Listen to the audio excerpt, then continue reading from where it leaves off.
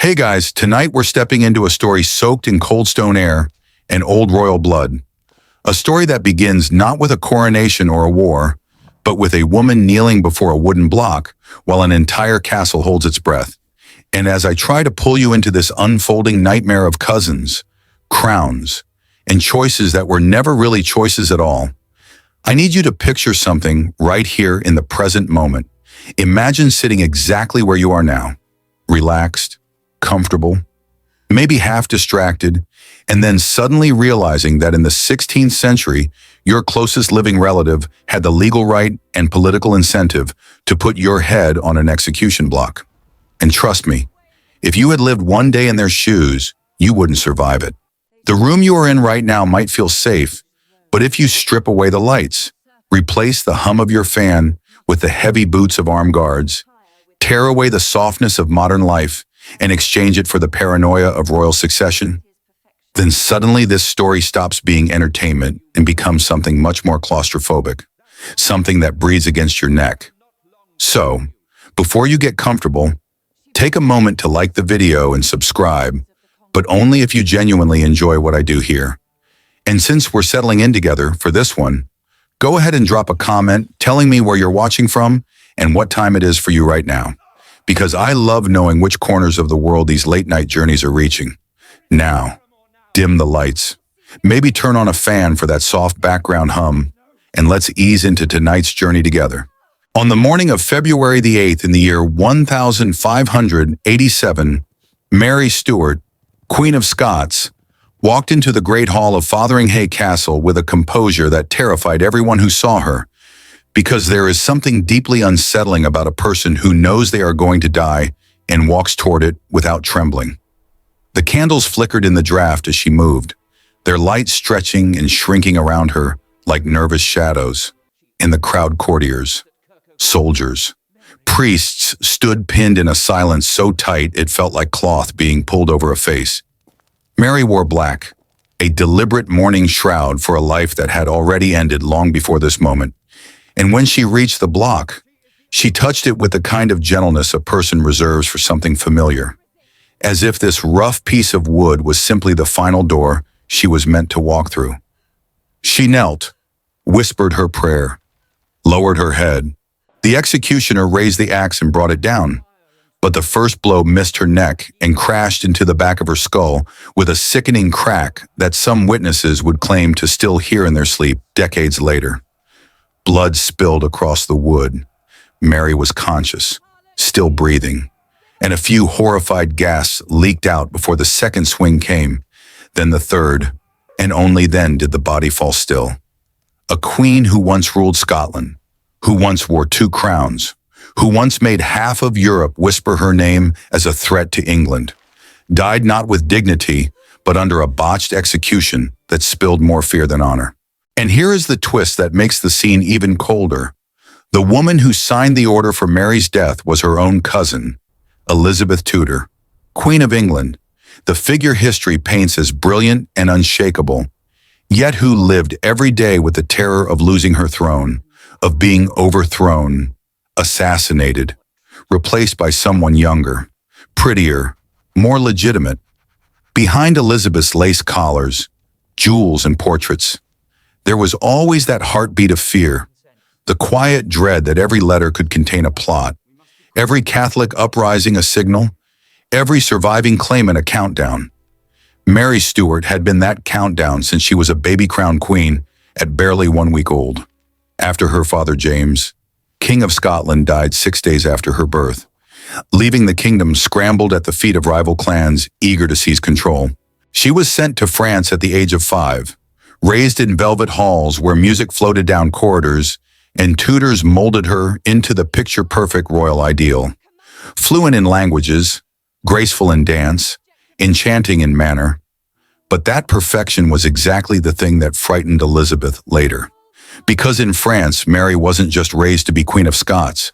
She was raised to believe she was the rightful Queen of England. Her claim came from her grandmother, Margaret Tudor, sister of Henry VIII, and in a world obsessed with bloodlines, this made Mary a walking political earthquake. When Mary returned to Scotland at 18, The chill of her homeland met her with suspicion, not warmth.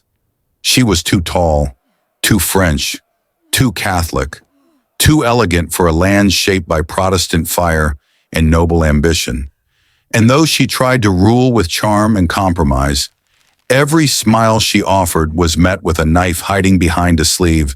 Her marriage to Henry Darnley, beautiful, unstable, dangerously ambitious, pulled her into a spiral from which she could never recover. When her secretary David Rizzio was murdered with 56 stab wounds right outside her chamber door while she was pregnant, the world of French courtly grace died inside her forever. And then came the explosion that killed Darnley months later. Though his body was found outside the blast site, strangled, untouched by flames, the whispers began immediately. The accusations followed. When Mary married Bothwell, the man everyone suspected of killing her husband, the Scottish nobles turned against her, seized her, imprisoned her in Loch Leven, forced her to abdicate in favor of her infant son, and shattered her reign completely. Mary fled across the border to England, believing Elizabeth would help her. She didn't know she was walking into a cage that would hold her for 19 years. Elizabeth couldn't free her, couldn't kill her, couldn't let her go. Mary became a living threat, a symbol conspirators used again and again until the Babington letters in the year 1586 finally gave Elizabeth's council the blade they'd been waiting to put in Elizabeth's hand. And so the axe fell in 1587, but history didn't stop where Elizabeth hoped it would. When she died childless, the English crown passed to James, Mary's son, as if fate itself wanted to remind everyone that bloodlines outlive fear, and no execution can silence a dynasty forever. The irony of Mary's fate passing on through her son becomes sharper when you look back to where everything began, in a cold chamber inside Linlithgow Palace, where a newborn queen lay swaddled in linen, unaware that the crown already perched above her tiny head was heavier than anything she would ever be allowed to put down. The year was 1542, and Scotland was a land cracked with political fault lines, its nobles restless, its borders unsettled, its alliances as fragile as the frost clinging to the palace windows. James, her father, had breathed his last 6 days after her birth, leaving behind a kingdom that felt less like an inheritance and more like a trap designed for whichever soul was unlucky enough to inherit it. Mary did not cry that day. According to those who were there, though no one knows whether she was silent out of serenity or shock, but her quietness marked her in a way no one would realize until much later. A silence that seemed to follow her through the decades like a shadow she never quite outran. Her mother, Marie de Guise, moved through the corridors with a fierceness born of desperation, because she could see what others pretended not to see, that Scotland was circling the infant queen like wolves circling a lamb, each noble house calculating not what was best for the girl, but what was best for themselves. The child was not a daughter, not even a person. She was a bargaining chip, a banner, a weapon, and in a land where religion and politics had begun to twist together into something sharp and unforgiving. Mary was a prize too dangerous to leave unguarded. Marie held her close at night, sensing even then that she would never truly get the chance to raise her, that forces far beyond any mother's reach were already deciding the direction of Mary's life. In the far south, across the border, Henry Tudor watched Scotland with unwavering hunger, his eyes fixed on the tiny queen whose existence offered him the chance at union, domination, and a future in which England controlled the entire island. His plan was simple and its cruelty forced Mary to marry his son Edward, weld the crowns together, and swallow Scotland into English control. For many, the idea was political strategy. For Marie, it was a threat as sharp as a blade held to her daughter's throat. She knew what Henry's union truly meant, a lifetime of subservience for Mary, an erasure of Scotland's autonomy, and a childhood ripped away before it even began. So Marie made a choice that reshaped the entire map of Europe. She sent Mary away. At 5 years old, the little queen was carried onto a ship bound for France, wrapped tightly in cloaks to protect her from the salted wind. Her future packed into trunks filled with embroidered gowns she was too young to wear and documents she was too young to understand. The voyage was rough, the sea dark and unforgiving, and the crew whispered that the ship carried either a blessing or a curse, though no one agreed on which. When they arrived in France, the air was warmer, the palaces taller, the language softer, and Mary was absorbed into the glittering world of the Valois court as if she were a precious artifact newly acquired. The French court transformed her. She learned their language before she remembered her own. Her feet moved with the deliberate grace taught by dance masters. Her voice softened into a melody shaped by Tudors who recited poetry under golden candlelight. And as Mary grew taller, more elegant, more breathtaking, the French courtiers began to speak of her as if she were a diamond carved for destiny. Yet beneath all the silk and music and polished charm, a political fire smoldered, one that France nurtured intentionally. They did not raise Mary merely to be Queen of Scots. They raised her to be a rival, a potential Queen of England, a living challenge to Elizabeth Tudor's legitimacy, a figure upon whom Catholic Europe could pin its hopes of reclaiming influence on an island that was drifting further toward Protestant rule. Mary had no way of knowing this. Of course, children rarely understand the architecture of the cages built around them. She grew into her role the way a vine grows along the trellis placed behind it, unaware there was ever a choice. Her marriage to Francis, the French Dauphin, when she was 15 years old, seemed like the flowering of everything she had been raised to embody. A union of nations, a triumph for France, a victory for Scotland, a vision of two crowns woven together under the banner of Catholic unity. For a brief moment, Mary was not just a queen, she was the future of Europe. But futures built by men in council chambers often burn fast. And Francis's death a year later shattered the delicate lattice Mary's life had been climbing. She wandered through the royal palace like a ghost, dressed in black, her widowhood heavy with the realization that everything she had been meant to become had suddenly come undone. The French no longer needed her. Scotland still belonged to her on parchment, but she no longer knew its people, its storms, its religion, its rebellions. In England was the land where her name was both a threat and a temptation, a place she had never seen but was already tied to by blood and prophecy. When word arrived that the Scottish lords expected her return, Mary stood in her chambers, staring out over the gardens she had grown up walking through, sensing that the air beyond France would not be kind to her. Yet she chose to go. The ship that carried her home moved through thick morning fog as if passing between two worlds, and as Scotland's coastline emerged in jagged silhouettes, Mary's heart tightened with the knowledge that she was stepping into a kingdom she did not remember, a kingdom that had not been waiting with open arms. The crowd that greeted her at Leith Harbor was large but muted, their cheers thin and uncertain, as if they were unsure whether they were welcoming a queen or a foreigner wearing a crown. Mary stood tall, almost 6 feet in height, and the wind tugged at her black morning gown as she looked across the gray stone of her birthland. The moment should have felt like homecoming, but what she saw instead was a country divided, ruled by iron-spined Protestant reformers and nobles who had tasted power during her long absence and were not eager to hand it back to her. Underneath the surface applause, the cold reality waited like a blade in winter cloth. Scotland would test her, bend her, and possibly break her. And Mary, still grieving, still young, still shaped by the softness of France, had no idea how sharp Scottish politics could be. The coldness Mary sensed upon returning to Scotland did not evaporate with time.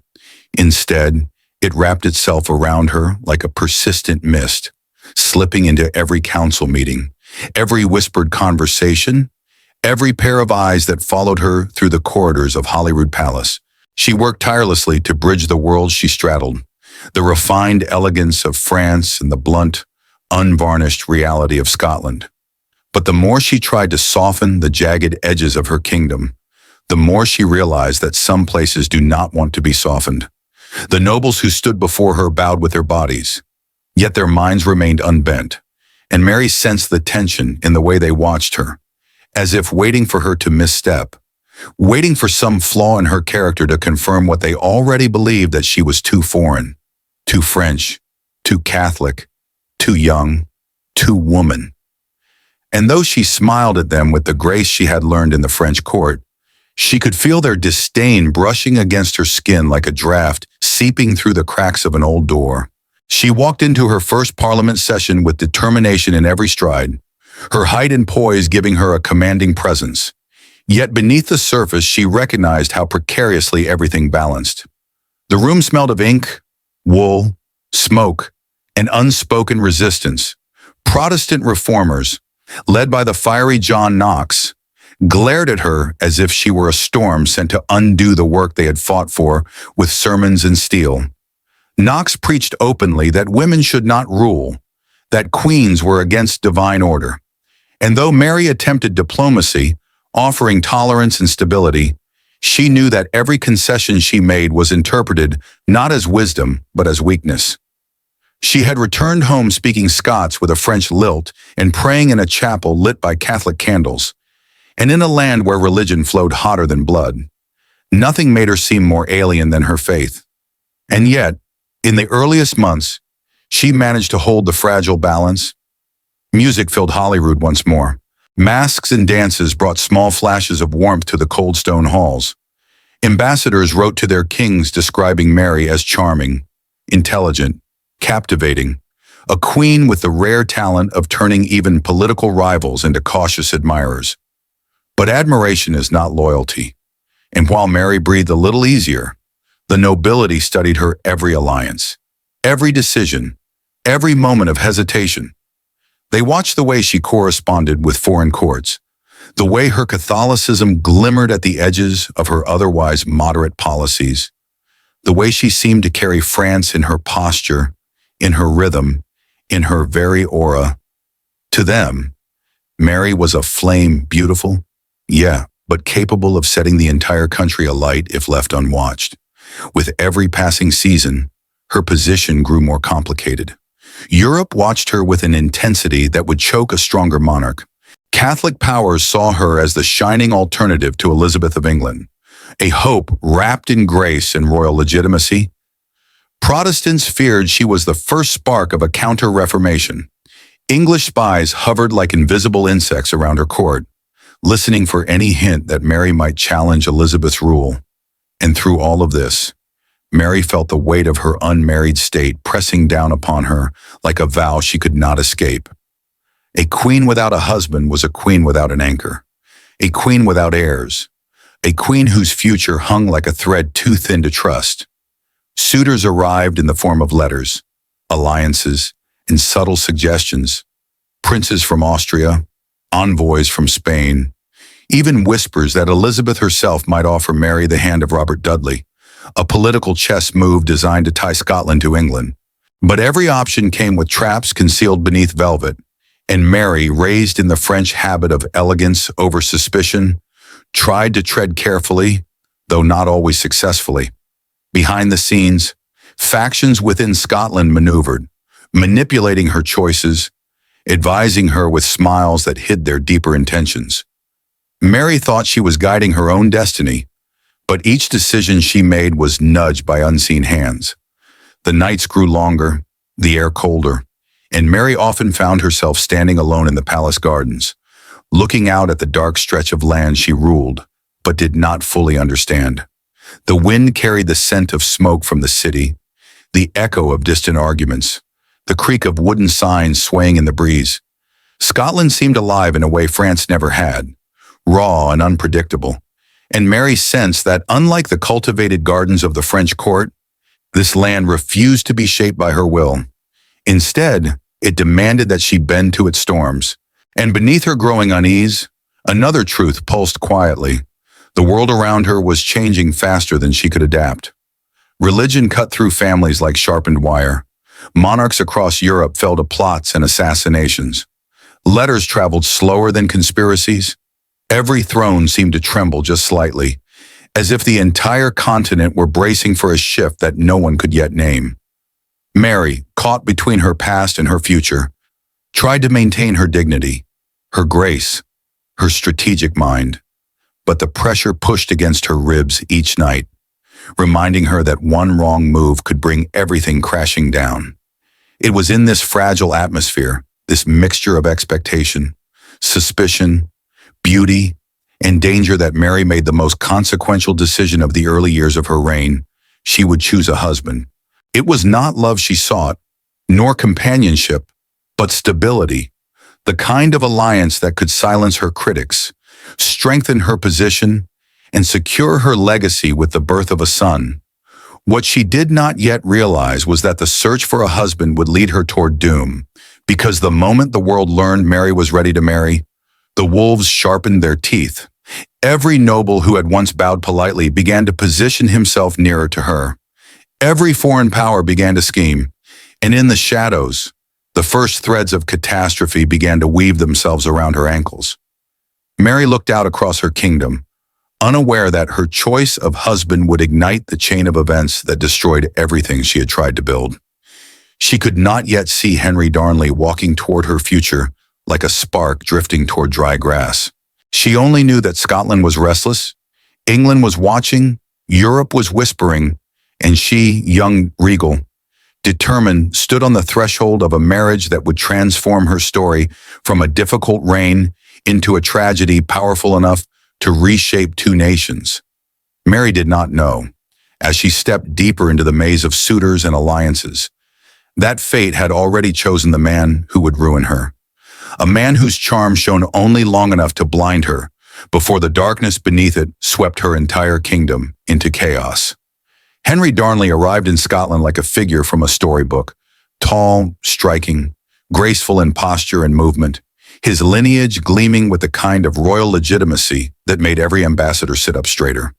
He carried himself with a confidence bordering on arrogance, a young man who had grown up hearing that the world owed him something simply because of the blood in his veins.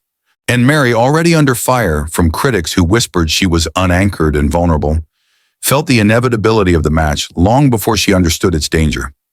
Their first meetings unfolded under soft candlelight and carefully orchestrated circumstances, each encounter pulling Mary further toward the illusion that here, at last, was someone who understood her position, someone who shared both her Tudor blood and her Stuart heritage, someone who could unite her kingdom through lineage alone. Darnley played his role with dangerous precision. He was attentive at the right moments, dramatic in the right ways, deferential when she expected humility, and bold when she needed reassurance. But beneath the polished surface, small cracks had already begun to show, the faint tremors of a temperament unstable and hungry for power. The nobility sensed it before Mary did. They watched Darnley with narrowed eyes, seeing in him the immaturity masked by elegance, the recklessness disguised as passion, the ambition sharpened into something more like greed. Mary saw a partner, they saw a threat, yet even their warnings were not entirely honest. For many of them preferred a weakened queen married to a volatile man rather than a queen strengthened by a stable alliance they could not manipulate. Darnley was useful to them in ways Mary could not see, because a puppet king was far easier to control than a queen who had ruled alone with grace and confidence. As the court prepared for the marriage in the year 1565, something in Scotland shifted. The air grew tense, heavy with discontent, as if the parchment of royal decrees and alliances were curling under the heat of unseen flames. Preachers thundered from their pulpits, accusing Mary of choosing a husband who would pull Scotland back toward Catholic rule. Nobles exchanged glances that carried more weight than their words, calculating what this marriage meant for their influence. Foreign ambassadors sent anxious letters across borders, sensing that events were moving toward a precipice no one yet understood. Mary, blinded by a mixture of hope, pressure, and the longing for stability, stepped into the marriage with a heart more vulnerable than she ever allowed the world to know. She believed, perhaps desperately, that Darnley would steady the kingdom, that his royal blood would silence her critics, that his presence beside her would secure the line of succession and protect her from the vultures circling her throne. She saw what she needed. She did not see that Darnley wanted more than partnership. He wanted the crown. Shortly after the wedding, the transformation began. Darnley's charm curdled into entitlement, his flattery hardened into demands, and the easy laughter that once filled the rooms of Holyrood Palace vanished, replaced by tension so thick it seemed to seep through the tapestries themselves. Darnley insisted he should be named king, not merely consort, as if the title of queen somehow belonged beneath his feet. He drank heavily, argued violently, and stalked the corridors with a restless energy that unsettled everyone who crossed his path. Mary attempted patience, diplomacy, and reason, but each day revealed new fractures in the marriage, fractures that widened no matter how much she tried to mend them. And then there was David Rizzio, a man whose death would stain the palace floors and the trajectory of Mary's life forever. Rizzio, her private secretary, small and quiet, with a musical voice and a gentle manner, became the lightning rod for Darnley's spiraling paranoia. The court whispered that Darnley's jealousy had mutated into something feral, that he saw Rizzio as an obstacle to his imagined grandeur, that he believed removing Rizzio would restore his place beside Mary. But the truth was, more twisted enemies of the Queen saw in Darnley a weapon they could use, someone unstable enough to do their bidding without understanding the consequences. Mary sensed the danger too late. She sensed it in the way Darnley's eyes followed her, in the way courtiers avoided her gaze, in the sudden quietness that settled over the palace like fog before a storm. She sensed betrayal creeping toward her chambers, in the creak of floorboards at night, in the murmured conversations that stopped when she appeared, in the uneasy glances exchanged between her ladies-in-waiting. Scotland was shifting beneath her feet, and Mary, brilliant though she was, had been placed on a path she could not turn back from. The night of the murder began like any other, with soft music echoing through the private chamber, where Mary, now 6 months pregnant, dined with a few trusted companions, Rizzio among them. Outside, the corridors were unusually quiet, as if the castle itself were holding its breath. Mary later recalled feeling a sense of unease, something faint, something at the edge of awareness, but she pushed it aside, unaware that footsteps were already gathering beyond the door, carrying with them the end of the life she had known. And when the door burst open, when Darnley and a group of armed nobles stormed into her chamber with rage burning in their eyes, the world Mary had fought to hold together began to collapse with terrifying speed. The details of what followed, the screams, the threats, the violence, belonged to a moment that would scar Scotland forever. But for Mary, the deepest wound came not from the blood spilled, but from the realization that the man she had married, the man she had believed would be her shield, had become the blade aimed directly at her heart. The blade aimed at her heart did not fall in that moment, but the terror of knowing it existed held by her own husband, sharpened by men she had once tried to rule with grace, froze the air around her as completely as the steel pressed against her ribs. The chamber, moments before, warm with conversation, erupted into chaos. Darnley's breath, thick with drink and rage, hovered too close to Mary's face as he shouted accusations she could barely comprehend. His words tangled with the venom poured into his ear by the nobles who now crowded behind him, their boots scraping across the floor with the impatience of men convinced they were making history. Rizzio, cornered near the table where a candle still flickered, seemed to shrink under the weight of their hatred, his eyes darting toward Mary as if hoping she might summon something authority, magic, divine protection that could stop what was coming. But Mary, though a queen, was also a woman 6 months pregnant, hemmed in by bodies and blades, her heartbeat thundering beneath Darnley's grip on her wrist. She tried to reason with him, to beg him for calm, to remind him that this violent eruption threatened not just her life, but the life of their unborn child. Yet Darnley's mind was no longer his own. The conspirators had filled him with visions of betrayal, poisoning his thoughts until he saw enemies everywhere. And in their twisted imagination, Rizzio had become the symbol of everything they despised about Mary, her independence, her foreignness, her refusal to let them control her. Rizzio had never threatened Darnley's place at Mary's side, but jealousy rarely needs truth to ignite. It feeds on fear, on insecurity, on the festering wounds of a fragile ego. The men seized Rizzio with brutal force, dragging him across the chamber while Mary screamed for them to stop, her voice cracking under the strain. Darnley held her back, his hand tightening with a desperation that bordered on panic, as if even in that moment he feared losing control of the narrative he had constructed. Rizzio's pleas were muffled by the shouts and the violent shuffle of bodies. One of the nobles, emboldened by the frenzy, thrust his dagger forward, and the first blow landed with a sound far softer than it should have been, a sickening thud that seemed to echo in Mary's bones. The second blow followed, then the third, and soon the cluster of men were stabbing him again and again, driven by some furious rhythm that belonged more to madness than to intention.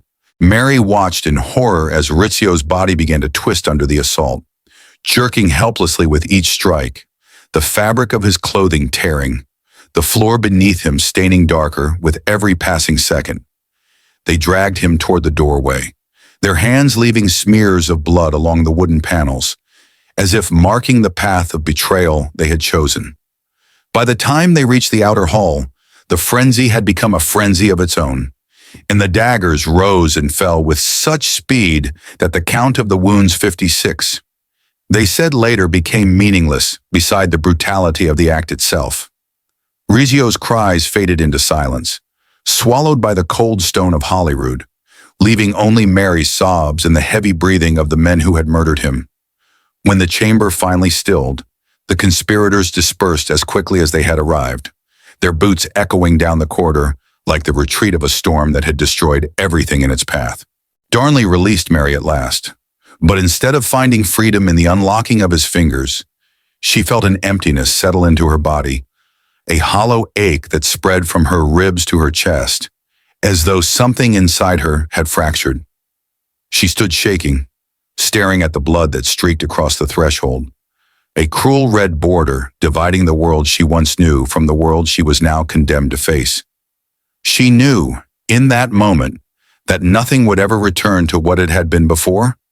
The murder of Rizzio was not just an act of violence. It was a declaration of war inside her own marriage, inside her own kingdom, and inside her own future. Mary understood the political consequences instantly, far more deeply than the men who thought they had orchestrated a brilliant strike. By murdering Rizzio, they had not weakened her. They had forced her into a new shape. Fear crystallized into resolve. Shock solidified into clarity. She realized that if she did not fight back, not with daggers, but with strategy, her crown would soon rest on the head of a man unworthy of it, or worse, would be shattered entirely by the men who had plotted this atrocity. Mary had grown up inside the elegant courts of France, trained in diplomacy, subtlety, and restraint. But now Scotland demanded something different: survival, cunning, and the willingness to strike back when cornered. And in the days that followed, she began to do exactly that. Though shaken, she spoke to Darnley with a calm that must have unnerved him, reminding him gently of their child, of their marriage, of the future he claimed to want. Her composure lulled him into a false sense of safety, long enough for her to secure allies, chart escape routes, and shift the balance of power beneath the feet of the conspirators. Darnley, ever susceptible to flattery, began to believe that Mary forgave him, unaware that forgiveness was not something she offered lightly and never without cost. But forgiveness was not truly what she felt. What filled her instead was a sorrow so deep it bordered on numbness, a grief not just for Rizzio, but for the innocence she had lost, for the child inside her who had now entered a world of bloodshed, for the hope she once held that Scotland could be molded into the graceful, diplomatic realm she had imagined. The shockwaves of Rizzio's murder traveled through the kingdom, stirring unrest in places Mary could not yet see, awakening loyalties she did not know existed, and planting seeds of rebellion in hearts that had long been waiting for a reason to turn against her. The night Rizzio died, Mary did not sleep. She lay awake in the darkness, her hand resting on her belly, feeling the faint movement of her unborn child, and whispering a promise she was not yet sure she could keep, that she would protect him, no matter what storms gathered around them. She knew that Darnley, in his reckless cruelty, had transformed her from a queen balancing diplomacy into a queen fighting for survival, and that the blood spilled on the floor of Holyrood would not be the last. Scotland had entered a new season, one in which betrayal would walk openly, and danger would travel in the guise of loyalty. And Mary, though wounded, began to understand something vital, that sometimes a crown is not worn but endured, and that the true battle for her kingdom had only just begun. The days that followed moved with a strange and unsettling quiet, the kind of silence that settles over a battlefield before anyone realizes the war has already begun. Mary walked through Holyrood Palace with a composure so controlled it felt almost like armor. Her steps steady, her expression measured, her voice calm. Yet beneath that surface, her thoughts raced with the speed and sharpness of someone who had been shown, in one night of horror, exactly how fragile her world truly was. She saw danger in the corners of every room now, heard threats in the rustle of tapestries, sensed betrayal in the polite greetings of nobles whose eyes flicked away too quickly when she met their gaze. And standing at the center of this widening storm was Darnley, drifting like a shadow she could neither trust nor fully escape. A man whose presence in her life had begun as hope and transformed into something darker, something unpredictable, something that would soon reach a breaking point neither of them could have imagined. Mary tried, for a brief time, to patch the cracks in their marriage with diplomacy, offering Darnley chances to redeem himself, speaking to him with the gentleness of someone who still wished to believe that some part of him might be capable of stability. But the man she had once fallen for had evaporated entirely, leaving behind a restless, paranoid figure whose aspirations had grown even more unreasonable after the murder of Rizzio. Darnley clung to the belief that he deserved to be king in name and authority, that he was owed respect because of his bloodline, that Mary had wronged him by refusing to share absolute power, and instead of acknowledging his role in the nightmare he had unleashed, he sulked, demanded, manipulated, and pleaded depending on the hour of the day. Some mornings he would appear at her door with apologies spilling from his lips, desperate for forgiveness. Some nights he paced like a trapped animal, whispering accusations about plots he imagined, enemies he believed Mary protected, and fears that he might soon be cast aside entirely. Mary saw the truth clearly. Now Darnley was no longer a partner, nor even a political inconvenience. He was a liability, a danger to the stability of Scotland and to the future of her unborn child. But she could not simply dismiss him. A queen's marriage was a matter of state, not sentiment, and every move she made was observed by the nobles who had turned murder into a political instrument. If she acted against Darnley openly, they would twist her actions into ammunition, claiming she sought to eliminate her husband for the sake of power. If she ignored him, he would continue to undermine her, gathering allies among those who found his resentment useful. Mary, caught between those two dreadful paths, began to feel the pressure of inevitability closing around her like stone walls.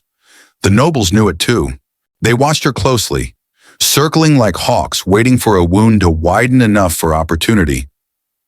Among them, James Bothwell moved with the confidence of a man accustomed to danger, a man whose loyalty to Mary was spoken of loudly, but whose motives were far more complicated beneath the surface. He was bold, forceful, unafraid of confrontation, the opposite of the refined courtiers Mary had grown up around. And though she did not yet realize it, many nobles had already decided he would play a role in whatever fate awaited Darnley. Some imagined Bothwell as a stabilizing force.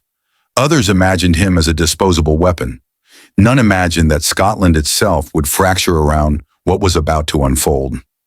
By late winter of the year 1567, Mary and Darnley stood on the edge of a marriage that had begun to rot in the open air, its decay producing rumors, whispers, and speculations that seeped into every tavern, every kirk, every household. Darnley, convinced he was no longer safe at court, left Holyrood and sought refuge at a house called Kirk of Field, a modest dwelling not far from the heart of Edinburgh. Mary visited him there, attempting to maintain appearances, speaking to him softly as she had once done during the earliest days of their love. But each visit left her more aware that there was nothing left to salvage. She offered comfort because it was expected, kindness because it was diplomatic, patience because it was necessary, but no amount of practiced gentleness could mask the widening fracture between them. Kirkfield stood quietly in the winter air, its walls damp with the season's chill, its rooms dimly lit by lanterns that flickered against the stone. The city around it moved with the muted rhythm of cold nights and early mornings, unaware that history was beginning to coil itself inside those walls. Mary's last visit took place on a calm evening, the kind of evening where the streets seemed to breathe, where the sky hung heavy with clouds that refused to release rain. She sat beside Darnley, listening to him speak in circles about his fears, his grievances, his suspicion that he was being targeted by invisible enemies. His voice was thin, his breathing shallow, his mind as fragile as glass. Mary touched his hand before leaving, not out of affection, but out of exhaustion. The exhausted mercy one offers to someone already beyond saving. She returned to Holyrood for a wedding celebration, unaware that the moments she had just spent at Kirkfield would be the last time she would ever see her husband alive. And when the explosion tore through the night, an explosion so violent it woke half of Edinburgh, sent birds screaming into the sky, and shattered windows across the district, nobody needed to be told which house had been destroyed. Smoke billowed into the air, thick and black, carrying with it the stench of gunpowder and the metallic tang of disaster. People ran into the streets clutching cloaks to their bodies, staring in disbelief at the flames licking what remained of the house. It did not take long for searchers to find the bodies lying in the nearby garden. Darnley and a servant of his, neither burned, neither crushed beneath debris, but sprawled on the cold ground with the unmistakable marks of strangulation around their throats. The explosion, then, had been a spectacle, a diversion, a grand gesture designed not to kill, but to confuse, to delay, to send rumors scattering like ash on the wind. The true cause of death was silent, personal, deliberate. And as word spread through Edinburgh, through Scotland, through Europe, the whispers grew louder and sharper, pointing first not at Darnley's many enemies, nor at the nobles who had plotted for months, but at Mary herself. A queen, a woman, a wife, what easier target could there be for blame when a king consort died under suspicious circumstances? Mary felt the shift immediately. The hallways of Holyrood seemed colder, the exchanges with her lords more clipped, the condolences offered to her dripping with false sympathy. She had not ordered Darnley's death. She had not planned the explosion, but none of that mattered. Perception had already hardened into narrative. People did not want the truth. They wanted a villain. And Mary, bruised by Riccio's murder, worn by Darnley's descent, and haunted by the politically charged air around her, became the perfect vessel for their suspicions. The nobles watched her now with something close to hunger. They sensed weakness, or believed they did, and Scotland, a land that had never fully accepted her, now turned its gaze upon her with an intensity that felt like the weight of a mountain pressing slowly against her chest. And somewhere in the midst of this rising storm, Bothwell stepped forward with a boldness that would soon reshape her destiny, offering strength at a moment when Mary had run out of breath, offering certainty at a moment when every path before her seemed poisoned, offering allegiance even as the kingdom prepared to tear her apart. Bothwell's steps into Mary's collapsing world were measured with the confidence of a man who understood precisely what kind of void he was walking into, a void carved by suspicion, grief, and the unraveling of a queen's authority. He carried himself with a force that seemed almost sculpted by conflict, a man forged in the temperament of Scottish politics rather than the refinements of French court life. And Mary, surrounded by men who wanted her broken, found in him an unexpected steadiness. It was not trust she felt toward him, nor affection, but something closer to necessity, the instinctive reaching of a drowning person toward the only solid object in reach. Bothwell offered protection with the fierce assurance of a soldier who expected to be obeyed, and though Mary sensed the danger that shimmered beneath his loyalty, the world around her had grown so hostile that danger wrapped in devotion felt almost like safety. The nobles, however, saw something very different. They saw opportunity. They saw a narrative ready to be twisted. They saw a queen weakened by scandal, and a man whose ambition could be exploited like a chisel against soft stone. As rumors spread through Edinburgh like wildfire, whispers insinuating that Mary and Bothwell had conspired in Darnley's death, the court began to fracture into factions, each one angling for influence in the chaos. Mary's grief for the man who had tormented her was complicated and tangled. But grief mattered little in a kingdom that had always preferred accusation to nuance. Her every movement, every breath, every private exchange was now interpreted through the thick fog of suspicion, and Scotland, already restless, began to vibrate with the energy of an approaching revolt. Bothwell sensed the danger as keenly as Mary did. He knew that whoever controlled Mary controlled the throne, and he also knew that her enemies would not hesitate to rip that control from her hands by force, so he acted first.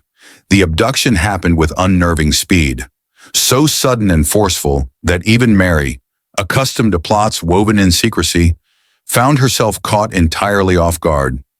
She traveled with a small entourage along the road from Stirling, the spring air still carrying the cold breaths of winter, when Bothwell's riders appeared in a blur of hooves, steel, and determination.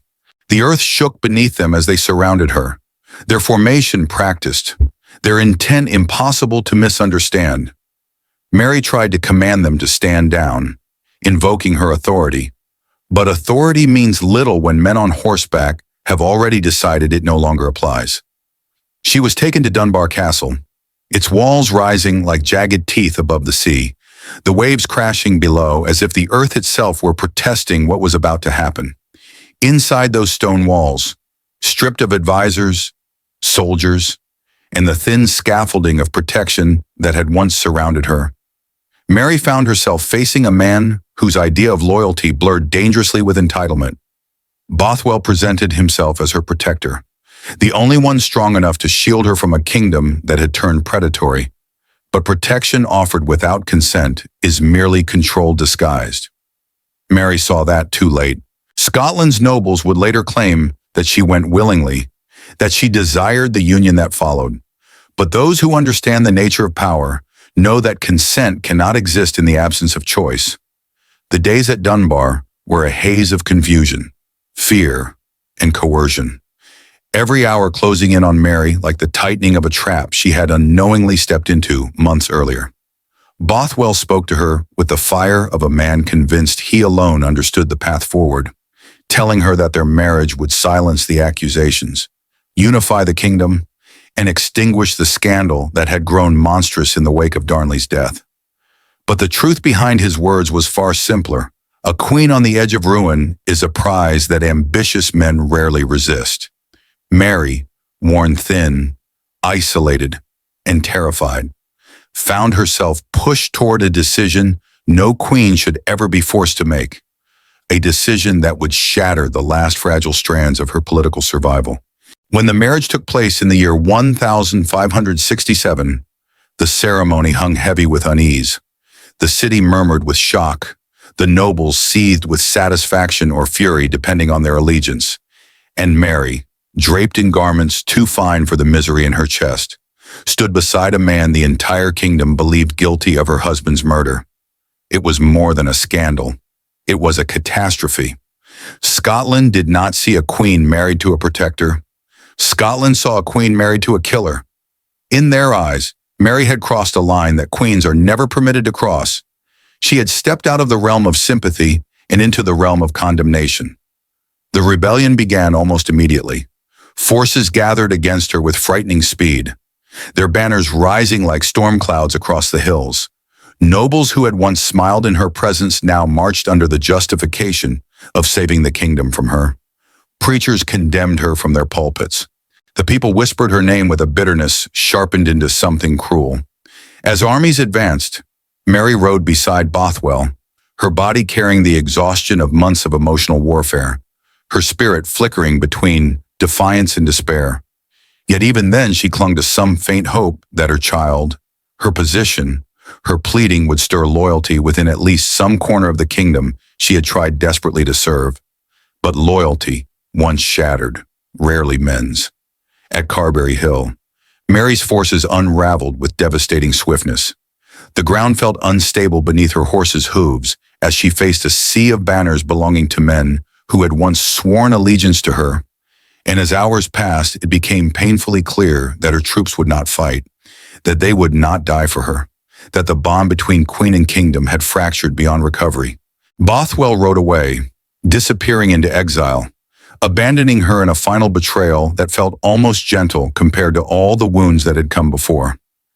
Mary stood alone on the battlefield, her crown reduced to a symbol the wind refused to carry, her authority dissolving under the eyes of men who had waited for this moment. When they took her prisoner, the act was performed with the chilling efficiency of men who believed they were restoring order, not destroying a life.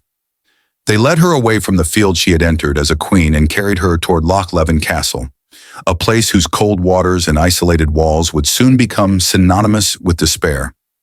As the boat ferried her across the dark lake, Mary watched the world grow smaller behind her, the last remnants of freedom shrinking into the distance. She understood, in that hollow silence, that she was being escorted not to confinement, but to erasure. Inside Loch Leven's stone chambers, under the relentless watch of captors who treated her like a liability rather than a monarch, Mary felt the last threads of her identity strain. They forced a document before her, demanding that she abdicate in favor of her infant son, James. The ink on the page blurred through her tears, not because she doubted the child she loved more fiercely than anything, but because this act symbolized the final undoing of every sacrifice she had made. They took her crown, they took her freedom, they took the future she had tried so desperately to shape. And Scotland, without a moment of hesitation, accepted her fall. The ink on the abdication document had barely dried before the reality of Mary's fall settled over Loch Leven like the cold mist that clung to its water each morning. She sat in the dim chamber assigned to her, the stone walls pressing inward with the oppressive weight of a kingdom that had decided it no longer wanted her. And even as the hours passed, she struggled to grasp the enormity of what had been taken from her.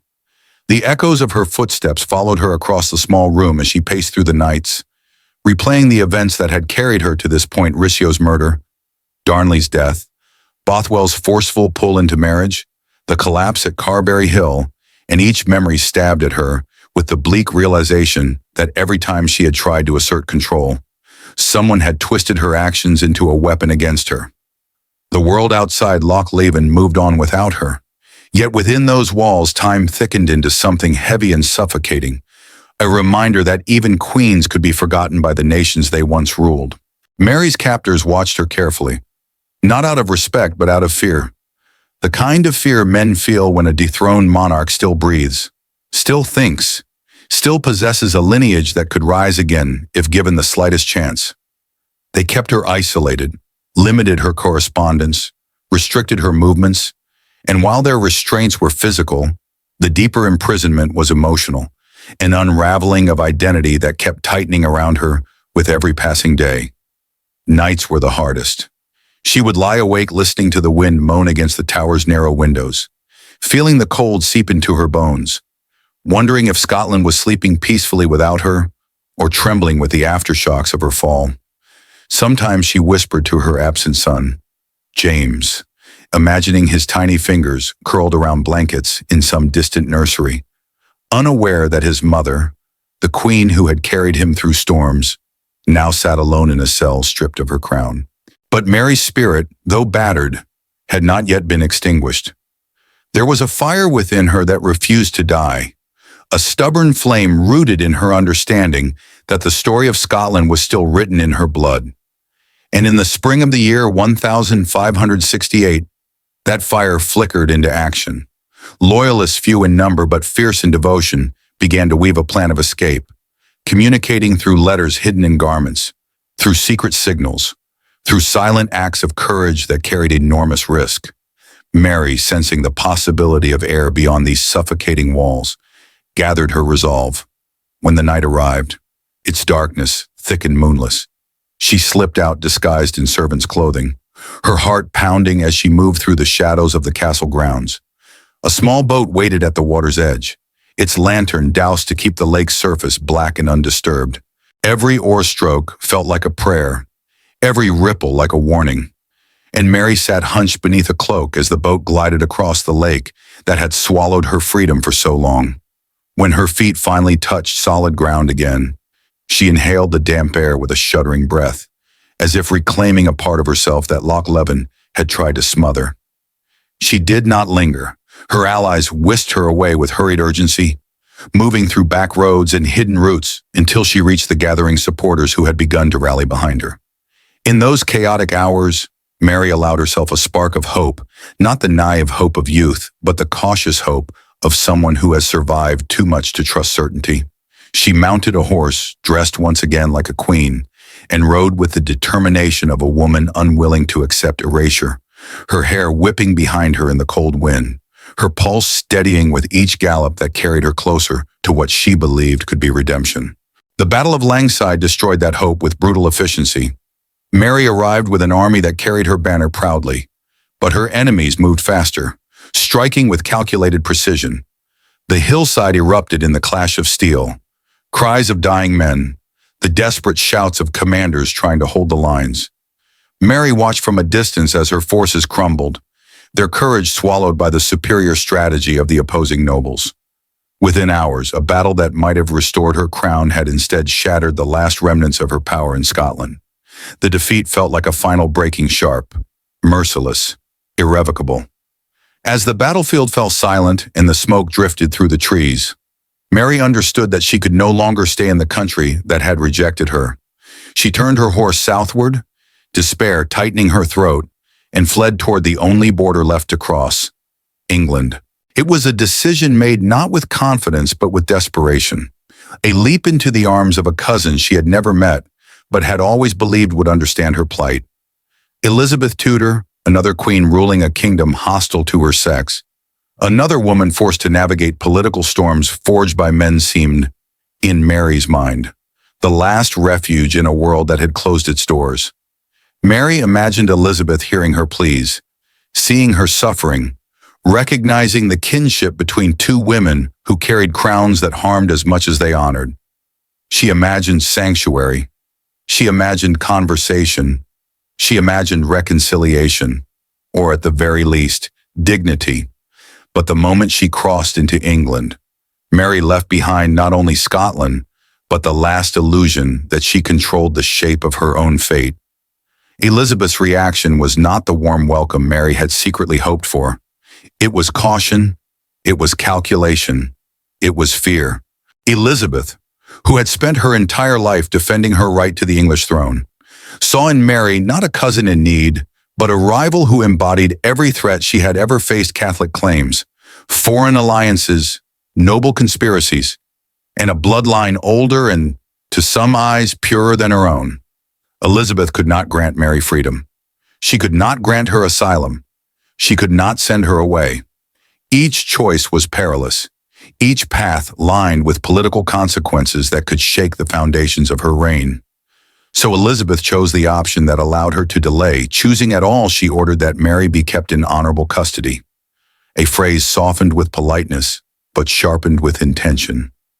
Mary, exhausted from her escape and devastated from her defeat, found herself escorted not toward comfort, but toward confinement, carried from castle to manor to fortified residence as if she were a vessel of contagion rather than a fallen queen. The doors closed gently behind her, but the locks clicked with the finality of a prison sentence. 19 long years stretched before her, years filled with letters written in cramped script, prayers whispered in lonely chambers, embroidery stitched to keep sanity from slipping, and the slow erosion of hope that comes from waking each morning to the same limited view of the world. Mary was no longer a ruler. She was a symbol, and symbols are dangerous. Every Catholic rebellion in Europe invoked her name. Every plot against Elizabeth seemed to grow from the root of Mary's existence. Even when Mary resisted involvement, conspirators wrapped her into their designs like a banner carried into battle without its own consent. She became, in Elizabeth's England, an idea more than a person, a threat simply by breathing. Mary did not yet know that the final blow, one far quieter than any explosion, One far colder than any Scottish winter was already being prepared in the shadows. She did not yet know that her letters were being intercepted, deciphered, manipulated. She did not yet know that one mistaken hope, one desperate response to a plot she did not create, would deliver her into the hands of men who had waited decades to see her fall entirely. Mary did not know that the walls around her had begun to listen, that every movement she made and every word she breathed into ink was being pulled quietly into the hands of men who viewed her not as a woman or a queen, but as the final puzzle piece needed to secure Elizabeth's rule forever. The years of confinement had softened the courtly rituals that once defined her life, replacing audiences with wardens, replacing diplomacy with guarded letters, replacing the bustling rhythm of power with the suffocating stillness of corridors. She walked again and again, until the echoes of her footsteps felt like a mockery of the queen she had been. Mary tried to fill the endless days with needlework, prayer, and memories that grew heavier with every hour. But isolation wears down even the strongest spirit, and by the time the shadows of the Babington plot began to thread themselves into her world, she had grown so desperately hungry for any glimpse of hope that she could not see the trap tightening around her. The letters arrived with the subtle allure of possibility, carried in beer barrels and hidden beneath wax seals, written in coded script that promised secrecy and liberation. Anthony Babington, young and impressionable, believed himself chosen by God to rescue Mary from imprisonment and place her upon the throne of England, a fantasy fueled by Catholic hopes and whispered by men who saw in Mary a martyr waiting to be crowned.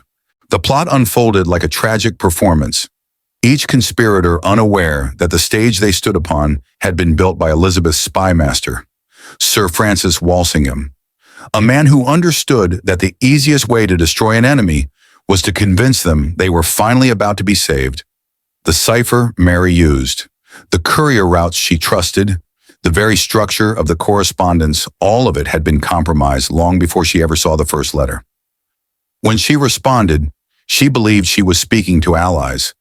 In reality, she was speaking into Walsingham's open palm. Mary's reply to Babington, cautious yet hopeful, did not contain explicit instructions to kill Elizabeth, but it contained just enough for Walsingham to shape into a noose, a suggestion that she approved of rescue attempts, a willingness to consider the rising of armed forces, a hint of desperation that could be twisted into complicity, and twisted he did. When Walsingham presented the decoded letters, they bore the weight of inevitability, as though fate had been waiting 19 years for Mary to place her own signature upon her downfall. Elizabeth, handed this evidence, hesitated in the way only a woman who understood both power and fear can hesitate. Executing a fellow queen was not a simple act. It was a shattering of divine order, a tearing of the unwritten law that monarchs were sacred. But Elizabeth also knew that as long as Mary lived, rebellion would breathe like a furnace beneath her throne. Mary was taken to trial in the year 1586, escorted into the hall with the posture of a woman who knew that no courtroom built by men who hated her could ever grant her justice. She declared her innocence with a steady voice, challenging the legitimacy of the court, reminding them she was a queen and not a subject, that no foreign tribunal held the right to judge her. But titles had lost their shield long ago, and the men who presided over the trial had entered the chamber not to determine guilt, but to record the formal wording of a verdict decided before Mary ever arrived. They read her letters aloud, their voices heavy with self-righteous triumph, and Mary listened with a stillness that gave her a strange power, as though she were attending the funeral of a stranger rather than the trial of her own life. When the verdict came, it fell with the coldness of stone guilty of treason against the Queen of England. Elizabeth received the news with a storm of conflicting emotions, pacing her chambers like a prisoner of conscience rather than a ruler of a kingdom. She delayed for weeks, sometimes appearing ready to sign the death warrant, sometimes retreating into agonized silence. She feared the political consequences, the spiritual consequences, the historical consequences. She feared that in killing Mary, she would kill some part of herself. For Mary's existence was the mirror Elizabeth had spent her entire reign avoiding. But pressure mounted on all sides, nobles urging her to act, counselors warning that mercy would be seen as weakness, foreign ambassadors whispering, enemies plotting. In February of the year 1587, Elizabeth finally signed the warrant, though in later years she would claim she had not meant for it to be carried out so quickly. Whether that was truth or guilt speaking, history never agreed. The morning of February the 8th dawned gray and cold at Fotheringhay Castle. Mary dressed slowly, choosing black beneath a gown of deep scarlet, the color of martyrdom, and as she prepared herself, her ladies wept not because she trembled, but because she did not. She prayed, embraced each one of them, forgave even those who had betrayed her, and walked into the great hall with the calmness of someone who had endured every kind of suffering except the final quiet. The executioners waited, their faces drawn, their hands unsteady, for even they seemed to recognize that what they were about to do would echo far beyond stone walls and winter air.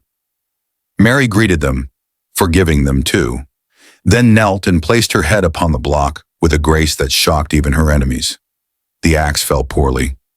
The first blow struck the back of her skull. A gasp rippled through the hall, a sound that seemed to freeze the world in place. The second blow did its work, and the third severed what remained, ending the life of a woman who had once carried 2 crowns and had lost everything except her dignity.